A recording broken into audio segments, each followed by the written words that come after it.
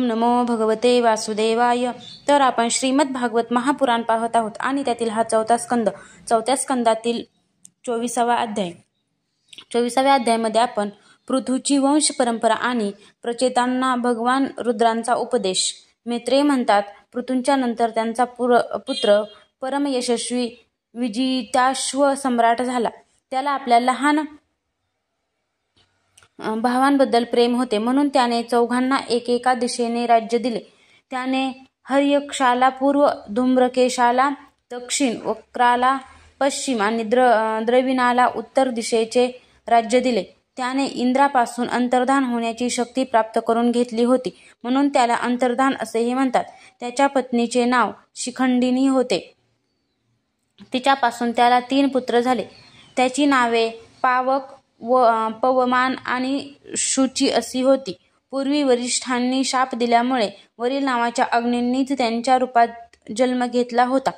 पुढे योग मार्गाने हे पुन्हा अग्निरूप झाले. नभस्वती नावाच्या पत्नीपासून अंतर्धानाला अविर्धान नावाचा एक पुत्र झाला. इंद्राने पित्याच्या अश्वमेध यज्ञातील घोडा पळवून नेला हे कळूनही त्याने त्याचा वध केला नाही. राजा अंतर्धान याने कर घेणे, शिक्षा करणे, दंड वसूल करणे ही राजाची कर्तव्ये अत्यंत कठोर आणि दुसऱ्यांना कष्ट देणारी आहेत हे समजून एका दीर्घकाळ चालणाऱ्या यज्ञाच्या दीक्षेच्या निमित्ताने आपले राज्य सोडून दिले. त्या यज्ञातही त्या आत्मज्ञानी राजाने पूर्ण पुरुष परमात्म्याची आराधना करून स्थिर समाधीने भगवंताचा दिव्य लोक प्राप्त करून घेतला. हे विदुरा, हविर्धान याची पत्नी हविर्धानी हिने बर्हिषद, गय, शुक्ल, कृष्ण, सत्य आणि जितव्रत नावाच्या 6 पुत्रांना जन्म दिला. कुरुश्रेष्ठ विदुरा, यामध्ये हविर्धानाचा मुलगा महाभाग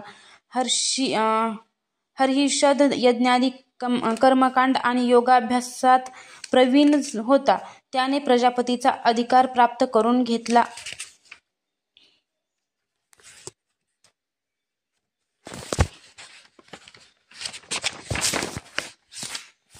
त्याने एका ठिकाणानंतर दुसऱ्या ठिकाणी असे पाठोपाठ इतके यज्ञ केले की ही सर्व भूमी पूर्वेकडे टोक करून बसलेल्या दुर्भाणी झाकून गेली. यानंतर तो प्राचीन बर्ही नावाने प्रसिद्ध झाला. राजा प्राचीन बर्हीने ब्रह्मदेवाच्या आज्ञेनुसार समुद्राची कन्या शतधृती हिच्याशी विवाह केला होता. सर्वांग सुंदर किशोरी शतधृती सुंदर वस्त्रालंकारांनी नटून थटून जेव्हा विवाह मंडपात सप्तपदी घालत होती, तेव्हा स्वतः अग्निदेव सुद्धा तिच्यावर शुकीवर जसा मोहित झाला होता तसा मोहित झाला. नवविवाहिता शतधृतीने आपल्या नुपुरांच्या झंकारांनीच दिशादिशातील देव, असुर, गंधर्व, मुनी, सिद्ध, मनुष्य आणि नाग अशा सर्वांना वश करून घेतले. शतधृतीपासून प्राचीन बर्हीला प्रचेता नावाचे 10 पुत्र झाले. ते सर्वजण धर्मज्ञ आणि एकसारखेच नाव आणि आचरण असणारे होते. जेव्हा पित्याने त्यांना संतान उत्पन्न करण्याची आज्ञा केली, तेव्हा त्या सर्वांनी तपश्चर्या करण्यासाठी समुद्रात प्रवेश केला. तेथे 10,000 वर्ष तप करून त्यांनी तपाचे फळ देणाऱ्या श्रीहरींची आराधना केली. घरून तपश्चर्येसाठी जात असताना वाटेत श्री महादेवांनी त्यांना दर्शन देऊन कृपापूर्वक ज्याचा उपदेश केला होता त्याचेच ते एकाग्रतापूर्वक ध्यानजप आणि पूजन करीत राहिले. विदुराने विचारले, ब्राह्मण, वाटेत प्रचेतांचा श्री महादेवांच्या बरोबर कोणता वार्तालाप झाला आणि त्यांच्यावर प्रसन्न होऊन भगवान शंकरांनी त्यांना जो उपदेश केला तो अर्थपूर्ण उपदेश आपण मला सांगावा. ब्रह्मर्षे, शंकराच्या बरोबर भेट होणे देहधाऱ्यांना अतिशय कठीण आहे. इतरांचे कशाला? मुनिजन सुद्धा सर्व प्रकारची आसक्ती सोडून त्याला प्रिय असणाऱ्या त्याची प्राप्ती करून घेण्यासाठी त्यांचे निरंतर ध्यान करतात, परंतु त्यांनाही ते प्राप्त होत नाहीत. जरी भगवान शंकर आत्माराम असले तरी सुद्धा या लोकसृष्टीच्या रक्षणासाठी ते आपल्या घोडरूपा शक्तीसह सर्वत्र संचार करीत असतात. मैत्रेय म्हणाले, साधू स्वभाव प्रचेतागण पित्याची आज्ञा शिरोधार्य मानून तप करण्याचे मनात ठरवून पश्चिम दिशेकडे गेले. चालता चालता त्यांनी समुद्राप्रमाणे विशाल असे एक सरोवर पाहिले. ते महापुरुषांच्या चित्ताप्रमाणे अतिशय स्वच्छ होते आणि त्यात राहणारे मासे इत्यादी जीव सुद्धा प्रसन्न दिसत होते. त्यामध्ये नीलकमळे, लाल कमळे, रात्री, दिवसा आणि सायंकाळी उमलणारी कमळे तसेच इंदिवर इत्यादी अनेक प्रकारची सुंदर कमळे होती. त्यांच्या तटावर हंस, सारस, चकवे, करंडव इत्यादी जलपक्षी विहार करीत होते. त्याच्या चारी बाजूने निरनिराळे वृक्ष आणि वेली होत्या. त्यावर धुंद भ्रमर गुंजारव करीत होते. त्यांच्या मधुर आवाजाने आनंदित होऊन जणू त्यांच्या अंगावर रोमांच आले होते. कमळकोशाचे परागपुंज वायूच्या हालचालीने चारी बाजूंना उडत होते. तेथे मृदंग, पखवाज इत्यादी वाद्यांसह अनेक दिव्य राग रागिणींच्या गायनांचा मधुर ध्वनी ऐकून त्या राजकुमारांना अतिशय आश्चर्य वाटले. इतक्यात त्यांनी असे पाहिले की देवादिदेव भगवान शंकर आपल्या गणांसह त्या सरोवराच्या बाहेर येत आहेत. त्यांचे शरीर तापलेल्या सुवर्ण राशीप्रमाणे कांतिमान आहे. कंठ निळा असून 3 नेत्र आहेत. ते भक्तांवर अनुग्रह करण्यासाठी उत्सुक आहेत. देवांसह अनेक गंधर्व त्यांचे सुयश गात आहेत. त्यांना पाहून प्रचेतांना मोठे आश्चर्य वाटले आणि त्यांनी शंकराच्या चरणांना नमस्कार केला. तेव्हा शरणगतांचे भय हरण करणारे धर्मवत्सल भगवान शंकर आपल्या दर्शनाने आनंदित झालेले त्या धर्मज्ञ आणि शीलसंपन्न राजकुमारावर प्रसन्न होऊन त्यांना म्हणाले. श्री महादेव म्हणाले, तुम्ही राजा प्राचीन बर्हीचे पुत्र आहात. तुमचे कल्याण असो. तुम्ही जे काही करू इच्छितात ते मला माहीत आहे. तुमच्यावर कृपा करण्यासाठीच मी तुम्हाला दर्शन दिले आहे. जी व्यक्ती अव्यक्त प्रकृती आणि जीव संज्ञक पुरुष या दोन्हींचे नियामक भगवान वासुदेव यांना शरण जाते ती मला अत्यंत प्रिय आहे. आपल्या वर्णाश्रमांचे चांगल्या प्रकारे पालन करणारा पुरुष 100 जन्मानंतर ब्रह्मपदाला प्राप्त होतो. यापेक्षाही अधिक पुण्य झाल्यावर तो मला प्राप्त होतो. परंतु जो भगवंतांचा अनन्य भक्त आहे तो मृत्यूनंतर सरळ भगवान विष्णूंच्या त्या सर्व प्रपंचातील परमपदाला प्राप्त होतो. तेथे मी आणि इतर देव आपला अधिकार संपल्यानंतर प्राप्त होतात. तुम्ही भगवत भक्त असल्या कारणाने मला भगवंता इतकेच प्रिय आहात. त्याचप्रमाणे भगवंताच्या भक्तांना सुद्धा माझ्यापेक्षा अधिक प्रिय कोणी असत नाही. आता मी तुम्हाला एक अतिशय पवित्र, मंगलकारक आणि कल्याणकारक स्तोत्र सांगतो. याचा तुम्ही शुद्ध भावनेने जप करा. मैत्रेय म्हणतात, जेव्हा नारायण परायण करुणार्द्रदयी भगवान शिवांनी आपल्यासमोर हात जोडून उभे असलेल्या राजपुत्रांना हे स्तोत्र ऐकविले. भगवान रुद्र म्हणाले, भगवान, आपण उत्कर्ष उच्च कोटींच्या आत्मज्ञानांना निजानंदाचा लाभ व्हावा यासाठी आहे. त्याने माझे सुद्धा कल्याण हो. आपण नेहमी आपल्या निरतिशय परमानंद स्वरूपात स्थित असता. अशा सर्वात्म आत्मस्वरूप आपल्याला नमस्कार असो. आपण पद्मनाथ अर्थात सर्व लोकांचे अधिकारण आहात. सूक्ष्मभूते आणि इंद्रियांचे नियता, शांत, अविकारी आणि स्वयंप्रकाश वासुदेव अर्थात चित्ताचे अधिष्ठाता आहात. आपणास नमस्कार असो. आपण अव्यक्त, अनंत आणि मुखाग्नींच्या द्वारा संपूर्ण लोकांचा संहार करणारे अहंकाराचे अधिष्ठाता संकर्षण आहात. तसेच जगाच्या उत्कृष्ट ज्ञानाचे उगमस्थान आणि बुद्धीने अधिष्ठाता प्रद्युम्न आहात. आपणास नमस्कार असो. आपणच इंद्रियांचे स्वामी, मनस्तत्वाचे अधिष्ठाता अनिरुद्ध आहात. आपण आपल्या तेजाने जग व्यापणारे सूर्यदेव आहात. आपण पूर्ण असल्यामुळे आपणास वृद्धी किंवा क्षय नाही. आपणास नमस्कार असो. आपण स्वर्ग आणि मोक्षाचे द्वार तसेच निरंतर पवित्र हृदयात राहणारे आहात. आपण सुवर्ण रूप, वीर्याने युक्त आणि चातुर्होत्र कर्मांचे साधन असून त्याचा विस्तार करणारे अग्निदेव आहात. आपणास नमस्कार असो. पितर आणि देवांचे अन्न सोम आपण आहात. तसेच तिन्ही वेदांचे अधिष्ठाता आपणच सर्व प्राण्यांना तृप्त करणारे जलरूप आहात. आपणास नमस्कार असो. आपण सर्व प्राण्यांचे देह, पृथ्वी आणि विराट स्वरूप आहात. तसेच त्रिलोक्याचे रक्षण करणारे मानसिक, इंद्रिय आणि विषयक आणि शारीरिक शक्ती स्वरूप वायू आहात. आपणास नमस्कार असो. आपण आपला जो शब्द हा गुण त्याच्याद्वारा सर्व पदार्थांचे ज्ञान करून देणारे व आत बाहेर व्यापून असणारे आकाश आहात. त्याचप्रमाणे अतिशय पुण्याने प्राप्त होणारे परम तेजोमय स्वर्ग, वैकुंठादी लोक आपणच आहात. आपणास नमस्कार असो. आपण पितृलोकाची प्राप्ती करून घेणारे प्रवृत्ती कर्मरूप आणि देवलोकाच्या प्राप्तीचे साधन निवृत्ती कर्मरूप आहात. तसेच तसेच अधर्माचे फलस्वरूप सुखदायक मृत्यू आपणच आहात. आपणास नमस्कार असो. नाथ, आपणच पुराणपुरुष व सांख्य आणि योगाचे अधीश्वर भगवान श्रीकृष्ण आहात. आपण सर्व कामनापूर्तीचे कारण, मंगलमूर्ती आणि महान स्वरूप धर्मस्वरूप आहात. आपली ज्ञानशक्ती कुंठित होणारी नाही. आपणास नमस्कार असो. आपणच कर्ता, करण आणि कर्म या तिन्ही शक्तींचे एकमात्र आश्रय आहात. आपणच अहंकाराचे अधिष्ठाता रुद्र आहात. आपणच ज्ञान आणि क्रियास्वरूप आज्ञा आहात. क्रियास्वरूप आहात. आपल्यापासूनच परा, पश्यंती, मध्यम आणि वैखरी या 4 प्रकारच्या वाणींची अभिव्यक्ती होते. आपणास नमस्कार असो. प्रभो, आम्हाला आपल्या दर्शनांची अभिलाषा आहे. म्हणून आपले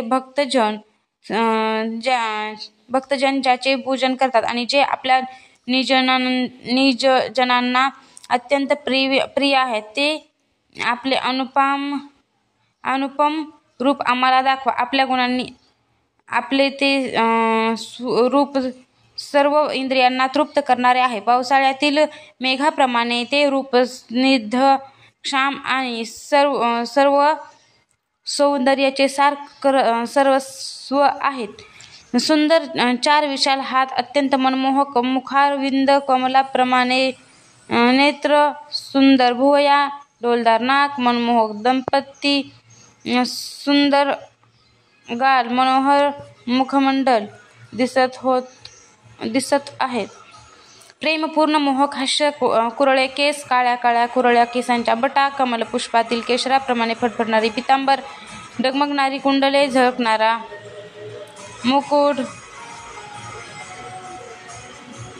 मुकुट, हातात कंकण, हात नुपुरे आणि मेखला इत्यादी अलंकार, तसेच शंख, चक्र, गदा, पद्य, वनमाला आणि कौस्तुभमणी यामुळे सर्व शोभायमान दिसणारे दर्शन आम्हाला द्या.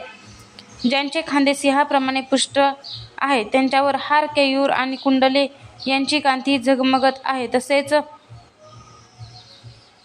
श्यामवल तसेच कौस्तुभमण्यांच्या कांतीने सुशोभित अशी मान आहे. ज्यांचे श्याम वक्षस्थळ श्रीवत्स चिन्हांच्या रूपाने लक्ष्मीचे नित्य निवासस्थान असल्याने सोन्याचा कस झाल्यावर कसोटीच्या शोभेवरही मात करीत आहे.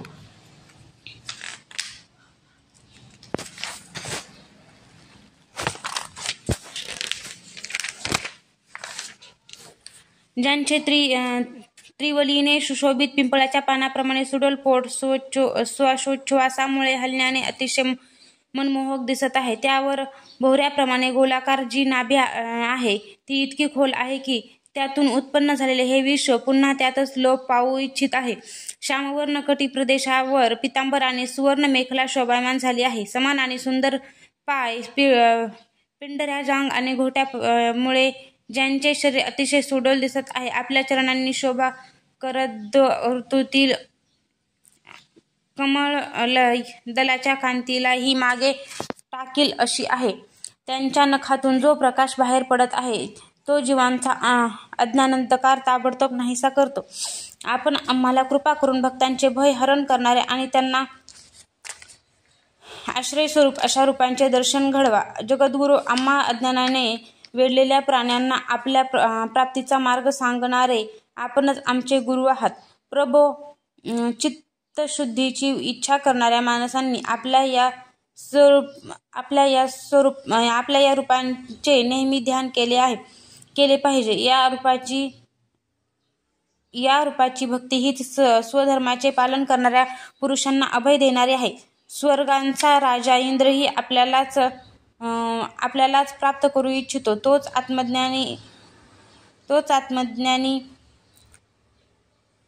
आत्मज्ञानाची गती ही आपणच आहात. आपण अभक्त देहधार्यांसाठी अत्यंत दुर्लभ आहात. केवळ भक्तिमान लोकच आपल्याला प्राप्त करून घेऊ शकतात. सत्पुरुषांनाही दुर्लभ अशा अनन्य भक्तीने प्राप्त न होणाऱ्या भगवंतांना प्राप्त करून घेणारा कोणता भक्त त्यांच्यावर चरणकमलांशिवाय दुसऱ्या साधनांची अपेक्षा करेल. आपल्या अपूर्व उत्साह आणि पराक्रमाने फडफडणाऱ्या भुवयांच्या इशाऱ्याने संपूर्ण विश्वाचा संहार करणारा काळ सुद्धा आपल्या चरणांना शरण गेलेल्या प्राण्यावर आपला अधिकार गाजवीत आहे. भगवंतांच्या अशा प्रेमी भक्तांचा अर्धा क्षण जरी सत्संग घडला तरीही चमत्कारापेक्षाही भगवंताच्या अशा प्रेमी भक्तांचा अर्धा क्षण जरी सत्संग घडला तरी त्याच्या तुलनेत मी स्वर्ग आणि मोक्षाची पर्वा करीत नाही. मग मर्त्य लोकातील तुच्छ भोगांबद्दल काय बोलावे. प्रभो, आपले चरण संपूर्ण पापराशी नष्ट करणारे आहे. ज्यांनी आपली कीर्ती आणि तीर्थ यामध्ये अंतर्बाह्य स्नान करून आपली मानसिक आणि शारीरिक अशी दोन्ही प्रकारची पापे धुवून टाकली आहे, तसेच जो इतरांबद्दल दया, राग, द्वेषरहित चित्त आणि सरळपणा इत्यादी गुणांनी युक्त आहे, अशा भक्तजनांचा सत्संग नेहमी आम्हास मिळावा एवढीच आमची इच्छा आहे. हीच आपली आमच्यावर मोठी कृपा होईल. ज्या भक्तांचे चित्त भक्तियोगाने परिपूर्ण आणि शुद्ध होऊन बाह्य विषयांकडे ओढ घेत नाही किंवा अज्ञानरूपी गुहा असलेल्या प्रकृतीत लीन होत नाही, तो अनायासेच आपल्या स्वरूपाचे दर्शन घेतो, ज्यामध्ये हे सर्व जग दिसते आणि जो या संपूर्ण जगात भासमान होत आहे. ते आकाशाप्रमाणे विस्तृत आणि परमप्रकाशमय ब्रह्मत्व आपणच आहात. भगवान, आपली माया अनेक प्रकारची रूपे धारण करते. हिच्याद्वारा आपण जगाची अशी निर्मिती, पालन आणि संहार करतात की ही जणू एखादी खरी वस्तू आहे. परंतु यामुळे आपल्यामध्ये कोणताही विकार उत्पन्न होत नाही. यामुळे इतरांमध्ये भेदबुद्धी निर्माण होते. त्या आपल्यावर तिचे काही चालत नाही, कारण आपण स्वतंत्र आहात याचा आम्हाला प्रत्यय आहे. आपले स्वरूप पंचमहाभूते, इंद्रिय आणि अंतःकरण याचे प्रेरक या रूपाने दृश्य स्थितीला येते. जे कर्मयोगी सिद्धी प्राप्त करण्यासाठी निरनिराळ्या कर्मांच्या द्वारे आपल्या या सद्गुण साकार स्वरूपाचे श्रद्धापूर्वक चांगल्या रीतीने पूजन करतात, तेच वेद व शास्त्रे योग्य तऱ्हेने जपणारे आहेत. प्रभो, आपण अद्वितीय आदिपुरुष आहात. सृष्टीच्या पूर्वी आपली मायाशक्ती सुप्तावस्थेत असते. नंतर तिच्याद्वारे सत्व, रज, तमोगुण या गुणांमध्ये भेद निर्माण होतो आणि पाठोपाठ त्याच गुणांपासून महतत्व,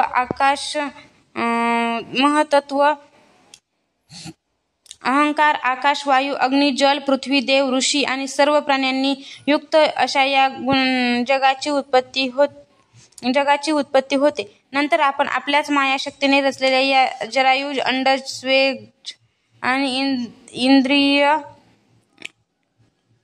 स्वेदज आणि उद्भिज अशा 4 प्रकारच्या शरीरांमध्ये अंशरूपाने प्रवेश करता आणि मधमाशी ज्याप्रमाणे आपणच उत्पन्न केलेल्या मधाचा आस्वाद घेते, त्याचप्रमाणे आपण ज्या अंशाने इंद्रियाचा द्वारा या तुच्छ विषयांचा भोग घेतात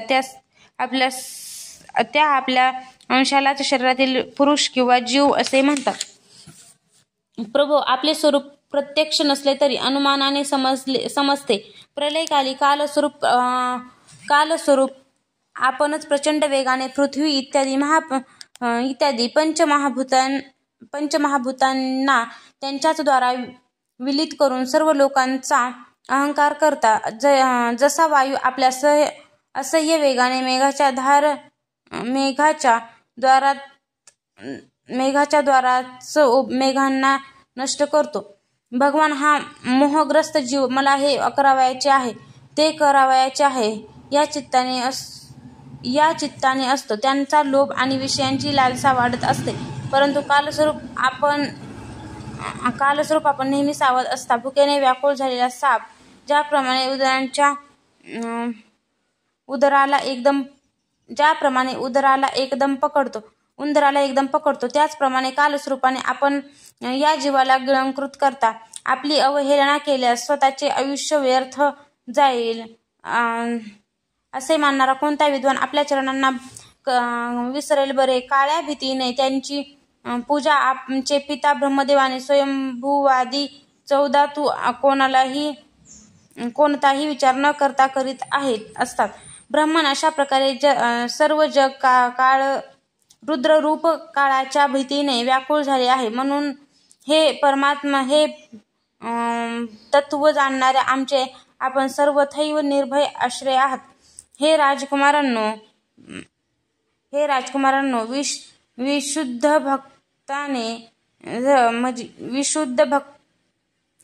विशुद्ध भावाने स्वधर्माचे आचरण करीत भगवंतामध्ये चित्त लावून मी सांगितलेल्या या स्तोत्राचा तुम्ही जप करीत राहा. तुमचे कल्याण असो. सर्व भूतांतर्यामी व तुमच्या अंतःकरणामध्ये असलेला परमात्मा श्रीहरींचेच तुम्ही वारंवार स्तवन आणि चिंतन करीत पूजा करा. मी तुम्हाला सांगितलेले हे योगादेश नावाचे स्तोत्र मनामध्ये धारण करून मुनिव्रताचे आचरण करीत याचा एकाग्रतेने आश्चर्यपूर्वक अभ्यास करा. हे स्तोत्र पूर्वी जगत विस्तार करू इच्छिणाऱ्या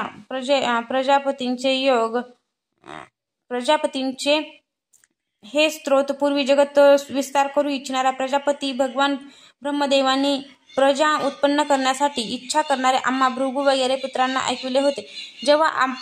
जेव्हा प्रजापतींना प्रजेचा विस्तार करण्यासाठी आम्हा आज्ञा झाली, तेव्हा याच्याद्वारा आम्ही आपले अज्ञान घालवून अनेक प्रकारची प्रजा उत्पन्न केली होती. आता सुद्धा जो भगवतपरायण पुरुष याचा एकाग्र चित्ताने दररोज जप करील त्याचे तत्काळ कल्याण होईल. या लोकी सर्व प्रकारच्या कल्याण साधनामध्ये मोक्षदायक ज्ञानच सर्वश्रेष्ठ आहे. ज्ञान नौकेत बसलेला पुरुष अनायासेच हा दुस्तर संसार सागर पार करून जातो. भगवंताची आराधना करणे जरी कठीण असले, ती मी सांगितलेल्या स्तोत्राचा जो श्रद्धापूर्वक पाठ करील तो त्यांना प्रसन्न करून घेईल. सर्व कल्याण साधनांचे प्राप्तव्य एक भगवंतच आहेत. म्हणून मी गायलेल्या या स्तोत्रांचे त्यांना प्रसन्न करून जो कोणी जे काही मागेल ते त्याला प्राप्त होईल.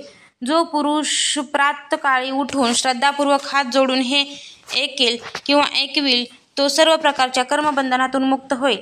हे राजकुमारांनो, पुरुष परमात्म्याचे मी तुम्हाला हे जे स्तोत्र ऐकविले त्याचा एकाग्र चित्ताने जप करीत तुम्ही मोठे तप करावे. ते पूर्ण झाल्यावर यापासूनच तुम्हाला इच्छित फळ प्राप्त होईल. अध्याय 24 समाप्त.